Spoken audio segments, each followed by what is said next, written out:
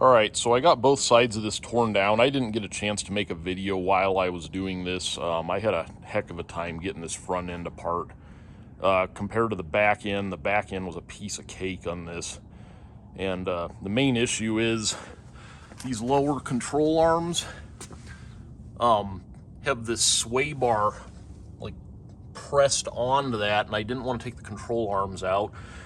So I left it in place. I did this side first. I really fought it, trying to get it out of there. And I'll show you what I have going here. So basically it was in a bind. So I tried to disassemble the spring, and once I did that, this pulled out of the upper strut bearing and everything really dropped down, which really messed me up. So my recommendation is pull it out in one piece like I did this side. And as you can see, I ended up having to cut the spring in half, which I would not recommend. It's not safe and makes a loud noise, but it was all good otherwise. But yeah, I'm gonna have to disassemble these now. But my 2 words of advice on this, leave all of this, just pull the outer bolts or nuts off, and then you've got to remove these UFOs are kind of a pain in the butt, but I left that all in one piece and left the brake line hooked up, and it's up on a block so it's not pulling the brake line apart. Pull the wheel speed sensors out. They just kind of, you got to shimmy them back and forth. I pulled both tie rods off just because they were really loose and causing a steering wheel wobble. But basically undo those 3 nuts that I showed you on the outer part to go into the frame. There's this bolt that goes around the knuckle. Pull that out, and then you want to stick, I'll show you what I used. Undo both lower bolts so the sway bar will hang down, and you basically want to stick this bar right against the subframe, and then I basically had to sit on this. Actually, I told you in reverse order there. Leave those in, pull this out, and sit on that, and you just kind of wiggle it and it'll pop out eventually. And like I said, if you undo both sides of the lower control or lower ball joint, it'll make it a lot easier. So once you got that out of there, just pull the axle nut off and then undo those 3 outer bolts, and it should just drop out in one piece. After I knew how it came apart correctly, I got this whole thing out. It took me maybe 20 minutes, but I fought this other side for quite a while. My next step here is to get this inside 32mm nut out of there, which I don't have the tool for it. It's a big long thing that goes up here with a drive on it. So I'm gonna put this on a bench or on my ledge over here and try to put a pipe wrench on that and just spin that off, and then the strut should come out.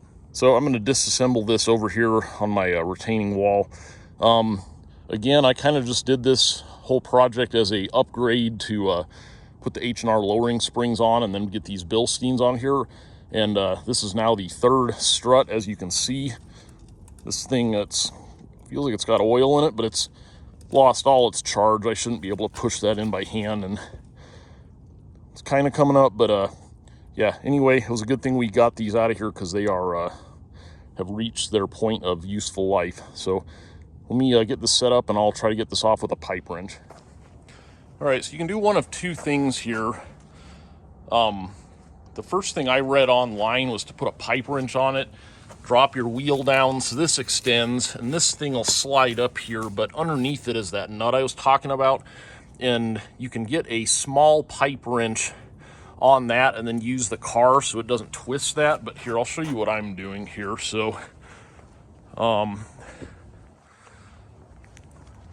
put my long pry bar under, just through the hub there to keep the thing from spinning, and then put the pipe wrench on here. I've got a 24-inch pipe wrench, and I don't think I'd be able to get this in the car, but anyway, I will try to get this off here, and hopefully it's not on too tight.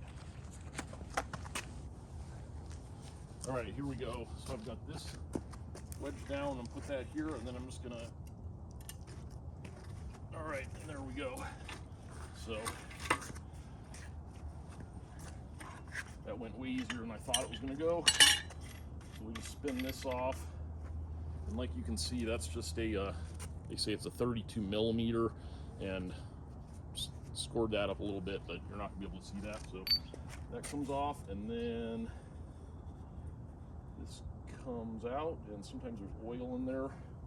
So this again, same as the back, we've got a Audi Turbo made in Germany. So I don't know how old these are. They've been replaced at one point, but part number on that was a 32-402F.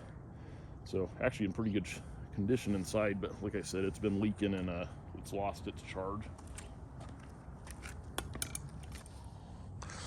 All right, I just wanted to show you the difference here with these Bilsteins. Just look at the difference in the, see, this one's fully extended here, but the shaft difference, I mean, it's the entire width of the thing there. Pretty impressive. Anyway, this also has a newer style collar on here. I don't have this tool either, but I'm going to put it back on the same way I put the other one on with that pipe wrench. So here we go. Just going to stick that in until it bottoms out and tighten that all the way down. And I know there's a torque spec on here. I'm not sure what it is off the top of my head. I'll go look that up. Of course, I'm not going to be able to torque it correctly, but I'll kind of guesstimate as to where it's at. All right, the Bilstein instructions call for 95 foot-pounds, so I of course don't have a way to do that with this, but I'm going to do my best to put just a general, what I feel is about 95 foot-pounds.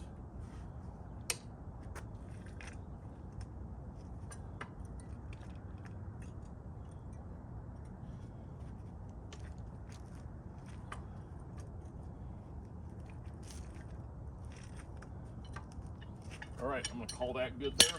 And we're going to reassemble this side. All right, next thing I wanted to show you here, so this is like a two-piece upper strut bearing mount. So they actually have a bearing. Here's the old one, and this is to help the strut twist there when you're steering. So I did make a mark on here. You'll see there's like indents, but just I'm going to put it back in the same way. I don't know if it needs to or not, but anyway, that snaps on like that, and you can see like that twists as you're steering. So then that's the upper part. So this part is the lower, and it just kind of sits on there like that, and it keeps the spring like isolated. So of course that goes through the top, and then we'll just want to find the indent for the top of the spring and make sure that goes in it, and I will show you that here in a minute.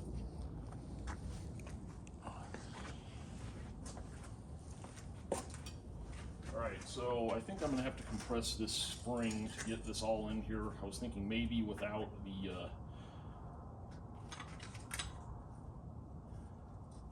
or with the shorter spring it might go on, but we're going to give it a try here. So like I said, make sure the end of the spring is lined up with the, and yep, I think we're definitely going to have to put the spring compressor on here. So let me put that on real fast. All right, I've got the spring compressor fitted up. I'm going to slowly run these down.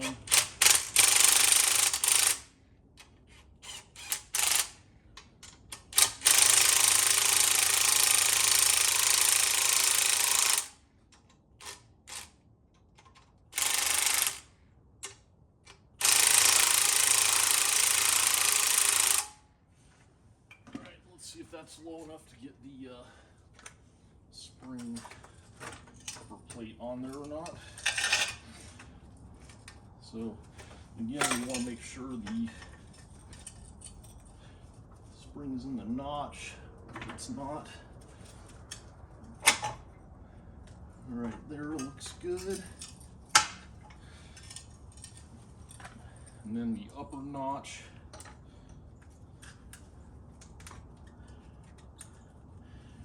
right there's looking good. And the only thing, let me see if I can't pull this side down a little bit because we're far from centered on here.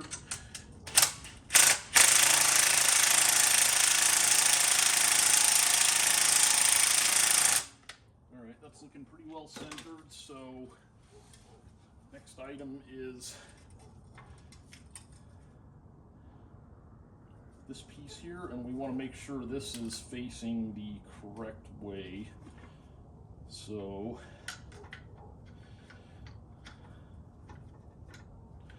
it's only going to go on one. I did not mark this ahead of time, so hopefully that won't be an issue, but let me check the other side real quick. So it did have to go on a certain way here. As you can see, all three of these slots are like that, and this faces the outer part of the car, so the furthermost one points toward the fender, so when it's in there it's going out. So put that on, and again make sure the lower part of that is still in there, and put that on and throw the bolts on there. So, and these are the bigger of the three.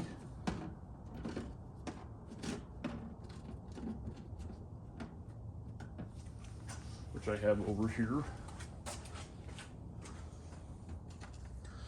All right, I had to chase one of the nuts that had fallen down inside the cowl with my magnet tool. So anyway, we're going to put this on. I'm going to try to put these back about where they were when I took them off. This is how the alignment is controlled, the upper portion of that. So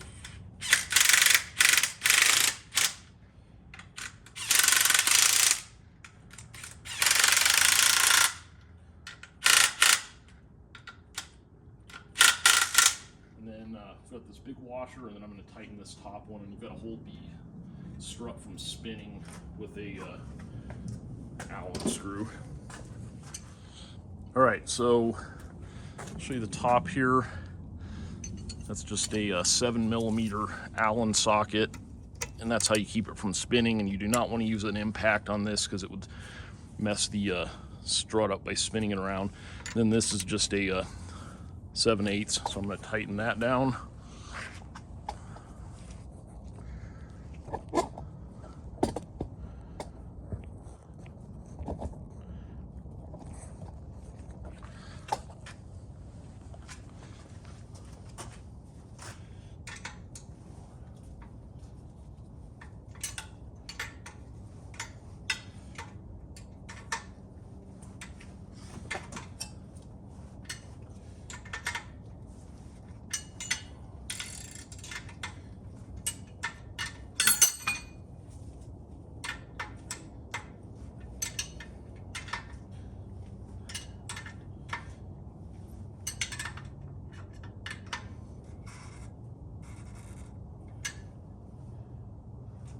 Alright, and that's that. You just want to snug that down.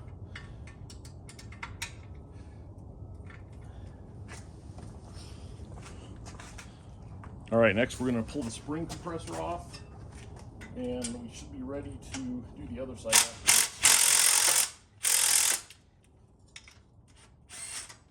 Do a little bit on each side until it releases.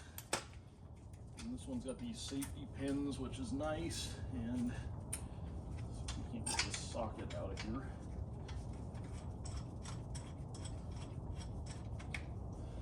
That, and loosen this the rest of the way, and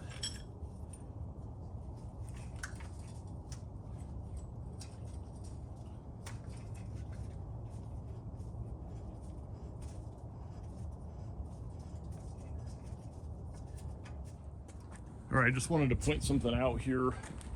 So here's the new bearing, nice and quiet. Let's find the one off the passenger side. So as you can tell, that thing's got a lot of dirt and stuff in it. And the other side wasn't as bad, but it's still not as smooth. So good idea to make sure you know these are in there and order new ones if you're going to replace these. All right, something else interesting on here, I pulled this one out, and this one's gray.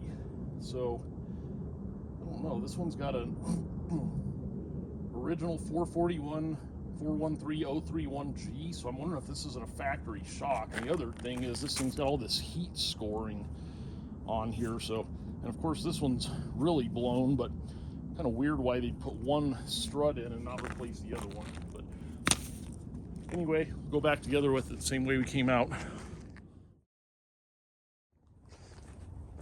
All right, other thing I wanted to point out here, I got new boot kits, and they came with new bumpers. And these are the old bumpers that were in there, and these are, I mean, they're not in great shape, but anyway, these would not fit over the new Bilsteins, which, as I pointed out earlier, were a lot bigger diameter. And then I got to reading the instructions, and it said to leave the bump stops out. Apparently they have a built-in bump stop. So other item I wanted to point out, here's the installed driver side strut, so we're ready to go back together with that. And then here is the front spring that I didn't cut compared to the H&R drop spring. Yeah, it's just a considerable difference, so hopefully that'll make it a little bit easier to go back together with. I might not even need the spring compressor, but we will see. All right, so I got the driver side back together, got it about where the alignment bolts were before I pulled it apart. They might not be right, but I'm probably still gonna have this aligned afterwards. Got a new tie rod in because the tie rod was bad. Got that all tightened down. The UFOs are all back together. I'll show you on the other side a video of the UFO going back together. They're kind of a unique deal. So there's Aspen. So here is this side. I need to tighten the axle nut down.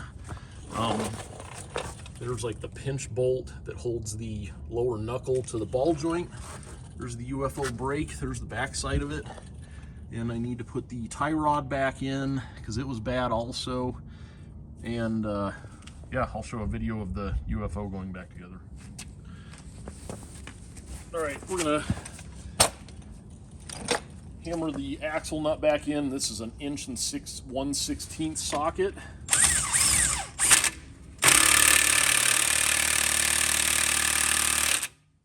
I'll go back over that with my breaker bar and just tighten that down even a little more. I've got the UFO sitting up on a block there. So basically, I didn't want to disassemble these all the way, so you kind of got to slip this in from the back and then pull it up like so. Then there's 3 17s on the back. They're all the same length. So kind of just start that one. Wiggle it around. There's a lower one right there. And then there's one here that you can't see unless you get down in there, and that's like so. And then you can get to that with a 17 on a, got kind of a wobbly extension, wobbly 4. So just like that, it's just like a snap-on, or you can get them in other brands too. But anyway, so just I left that upper tie rod loose just so I could get to these, and then hammer them on there nice and good.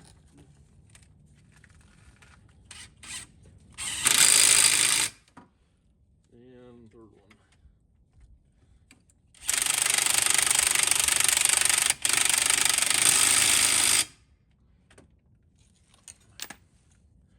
All right, and then you're going to want to reattach the brake pad sensor.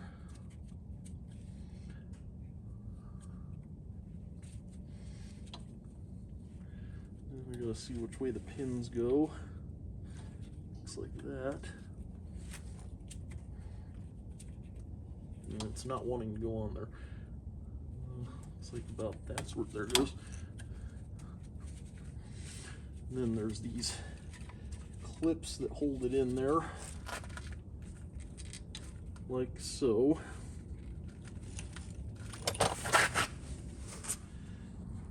All right, I had to stop the video. I forgot to put the UFO inner, the dust shield thing on. These UFO brakes were pretty notorious for overheating and warping, so there's actually like an air duct up under the bumper that directs air here, and then on the back side there's kind of like a scoop that sucks air in there.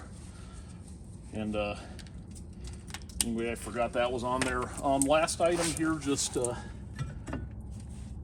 there's like a locator bolt.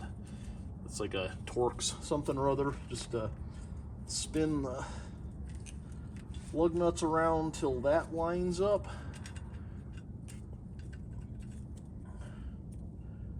And let's see, oh, so there's two of them. One's like a tapered, and then the other one that I'm looking for is, it's got this kind of like bushing on there, so I didn't know that. Just I got lucky on the other side, I guess, but make sure that's in the right way. And then, all right, we're just gonna put the tie rod back on, outer tie rod. Hopefully you can see this. So it's got like a protective shield on it. Move that out of the way. Stick that in there, get the thread started, and then I'm gonna have to hold it onto the, I just like to press up under there and kind of hold this with your knee, and that way it keeps the taper seat on the tie rod itself. See, I'm like pushing up on this bar. Then that keeps the nut from spinning because there's nothing to hold it from the bottom there. And when I took these off, I measured them and I ran them in. They were both about 44 to 45 millimeters. So I ran them both in to 45 millimeters just like the other ones were, and hopefully that keeps it somewhat aligned, and wherever I might take it to get the alignment, they won't have to do too much to it. So I'm just going to tighten this down.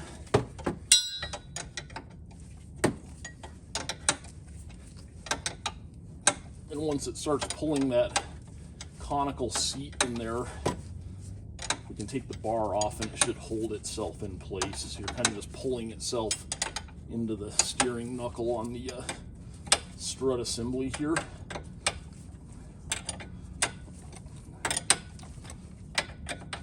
And I can feel it sucking the tie rod in now, so that came out. And let's get that good and snug there. Alright, so now we're just going to put the wheels back on and call it good. Alright, we're going to lower the car down off the jack here. And I've got my cameraman here, so I'm going to hand this off and then we'll take a measurement here.